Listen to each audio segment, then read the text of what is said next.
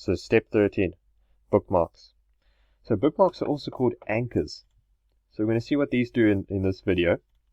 Type the text, top of page at the very bottom of homepage.html. So before we make the bookmark, we're going to go and type out this text at the bottom of the page. So we're going to say top of page at the bottom.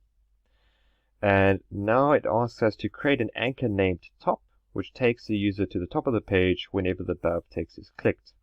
So the idea is that when the user gets to the bottom of this page and they click on this text, it will take them back to the top of the page. So we need an anchor to do this. So I'm going to place the anchor at the top. Okay, so it's something that this text can jump to. I'm going to place it over here. I'm going to go insert, bookmark, and they say we're going to call it top, so I'm going to call it top. So okay. And there it is, that little flag.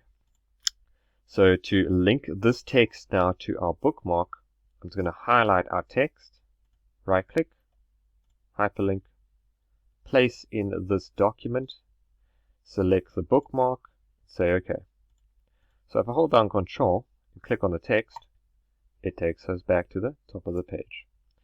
So that is how you insert a bookmark and link text to the bookmark.